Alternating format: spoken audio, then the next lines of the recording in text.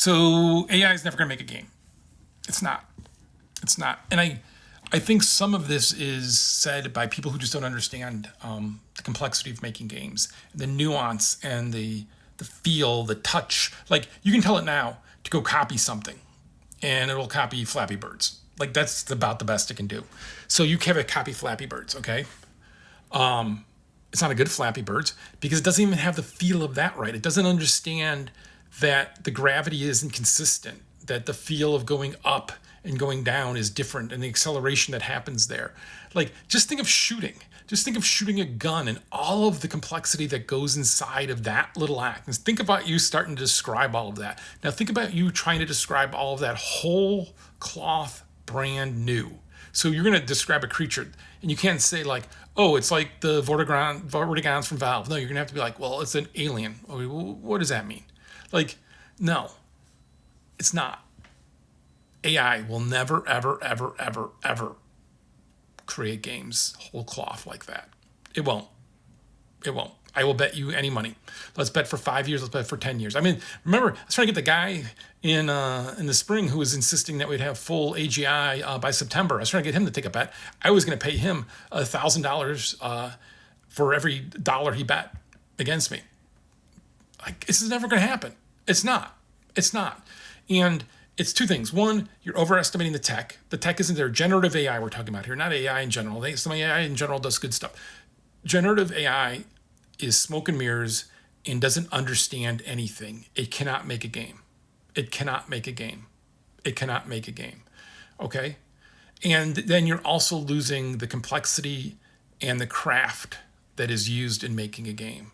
It's why AI art looks like AI art. It doesn't look like art. And is it getting better? Yeah. It gets better in the realm of looking more realistic. But does it get better? No. Right? And I think when you try to explain to somebody why things take a while to make in games, and then you see these kind of responses, it's disheartening because we're doing a bad job of explaining why things take so long in games, and the craft and the feel and the touch and the little things that players notice that all add up to something, right? Because again, remember, if you're given some giant prompt, you're going to write some 10,000 page prompt to give it to make your game. Are you just going to change one word in that prompt then when you want to iterate and be like, well, the feel of this isn't right? Like, this is not going to happen. It's not. It's not. I know you're like gonna throw examples up of what's coming and all the excitement and all the company raising money for this. Yeah, how'd that work out for Web3? But it's never going to happen. It won't. I will take any bet on that. I will take any bet on that. It will never make a game as new or as complex as the game Sin that came out in 1997. How about that? We'll be specific. So this is one of those things of when we talk about AIs. I don't want to beat up people because I get being excited about technology and I get being excited about games and possibilities and all of that. But let's talk about what this engine, game engine really does. It's not a game engine. What it does is it records the playing of Doom a gajillion times. And then it has no idea of 3D depth. It has no idea of the world you're moving through, the space, your guns, or anything. All it does is it makes a guess at what the next frame of the video, if you were playing it, would be. That is literally all that it is doing. So if you look at the video and like the ammo counts get weird and like all this other stuff gets really strange, you're not really playing the game. You're playing a movie of the game. And it is guessing the frames of that movie at 20 frames per second. It has not made a Doom level. There's a very big distinction being the representation and the presentation of a Doom level, because it's kind of like if you do like stereo pictures of everything around something, right?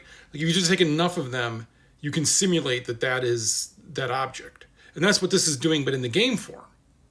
But it has no idea about any of the aspects of the game or any of the choices you're making in the game. It just knows, oh, if they do this, I should show this picture. And that is literally all it is doing, right? It is like, think about it, if you don't like cloud gaming, think about an even worse version of cloud gaming that doesn't even understand the game it's playing. And again, this can only make something off of an existing product because you have to play it a gajillion times, right? It's not making a Doom level. It's not. It is not making anything new. It is just representing what has been made and showing it to you in a way of guessing the next frame. I get it. It's confusing and you look at it and you think and you're like, oh, no, but it's not. AI doesn't know anything. It just knows how to guess. Oh, and just an update. In the original reply to the comment, I said that it was humans playing, but it's not. It's AI agents playing. But all it is literally filming them and replicating it. If you go to the original source, you can see like the bullet counter flicking wildly. Because again, you're not playing the game.